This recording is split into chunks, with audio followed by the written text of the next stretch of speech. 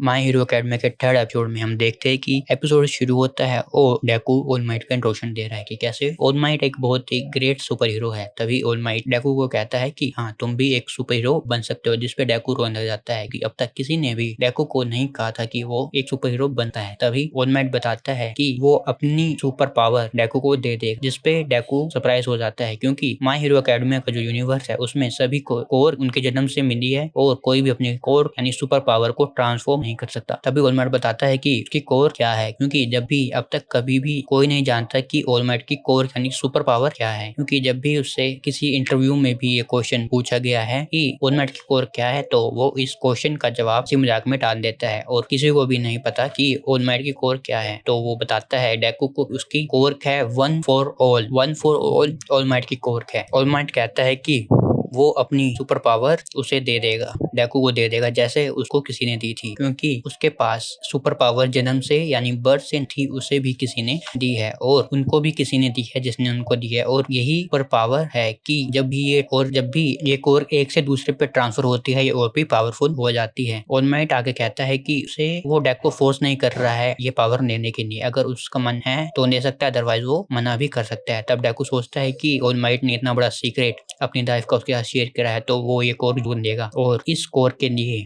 आगे all might डेकू को कहता है कि मेरी कोर लेने के लिए मेंटल ही नहीं बल्कि फिजिकल एबिलिटी भी होना जरूरी है, अदरवाइज उसकी कोर की बॉडी को हार्म कर देगी। इसके लिए डेकू की फिजिकल ट्रेनिंग हो जाती है, जहाँ पे ऑल माइट डेकू को एक ऐसे प्लेस पे लेके जाता है जहाँ पे बहुत सारा ट्रैश पड़ा हुआ है, कबाड़ पड़ा हुआ है, मतलब लोहा लक्कड़ या फ्रिज वगैरह पड़ा हुआ है, एक बीच पे लेके जाता है। और ऑल माइट कहता है कि तुम्हें इस बीच को क्लीन करना है जिससे तुम्हारी ट्रेनिंग भी हो जाएगी और बीच भी साफ हो जाएगा। और ऑल माइट उसे टाइम टेबल देता है ताकि वो अपने स्कूल, होम और ट्रेनिंग को मैनेज कर पाए। साथ ही साथ एक डाइट चार्ट भी देता है डेकू को जिसे उसे फॉलो करना है ट्रेनिंग के दौरान। ये ट्रेनिंग बहुत ही खतरनाक, बहुत ही थकाने वाली होती है क्योंकि डेकू को स्कूल, होम और ट्रेनिंग तीनों ही मैनेज करनी है और वो इसे बहुत थका देती है। और यूए में एडमिशन के लिए, जहाँ पे हीरो वाले स्कूल में एडमिशन लेने के लिए, जो मैंने दूसरे एपिसोड में बताया था, डेकू को एग्जाम के लिए 10 मंथ ही उनके पास है सिर्फ, ठीक है, एंट्रेंस एग्जाम 10 मंथ ही दूर है। और फिजिकल ट्रेनिंग के लिए डेकू बहुत ही ज्यादा हार्ड वर्क करता है। और अब सीन चेंज होता है, हम देखते हैं कि ऑल माइट और डेकू बात कर रहे हैं कि कैसे अब सिर्फ 3 मंथ ही रह गए हैं, मतलब कि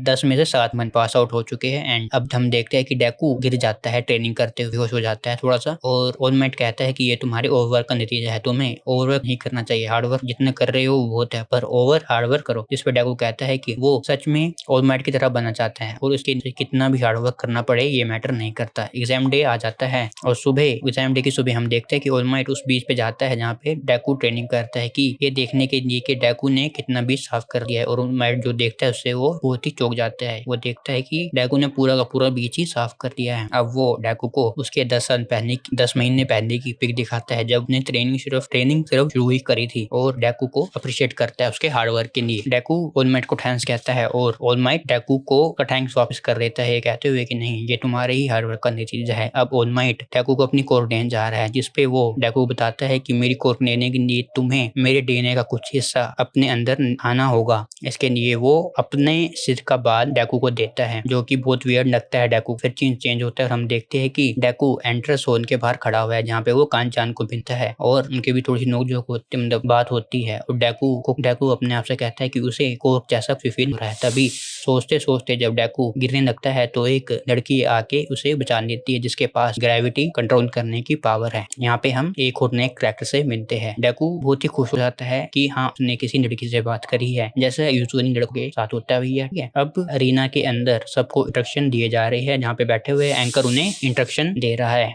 और उन सभी को उनके कार्ड दिए गए हैं जिसपे उनके अरीना बैटलफील्ड के बारे में लिखा हुआ है। और तभी एंकर बताता है कि 3 तरह के विलन्स को मारने से उन्हें पॉइंट मिलेंगे और उन पॉइंट के बेस पे ही यूए के सिलेक्शन के लिए जो कैंडिडेट है वो नॉमिनेट होंगे। तभी हम एक और करेक्टर को देखते हैं चश्मा पहने हुए भैया, और वो बताता है कि कार्ड में मेंशन 4 विलन है और वो 3 बता रहे हैं, ये रॉन्ग है। तब एंकर बताता है कि जो 3 विलन है सिर्फ उन्हीं को मारने से पॉइंट मिलेंगे और चौथे विलन को मारने का कोई भी पॉइंट नहीं है, मतलब कि 0 पॉइंट है। तभी सीन चेंज होता है और हम देखते हैं कि सभी अरीना के बाहर, बैटलफील्ड के बाहर खड़े हुए हैं और डेकू अपने आप को मोटिवेट कर रहा है क्योंकि वो अभी थोड़ा सा डरा हुआ है। तभी एपिसोड खत्म हो जाता है।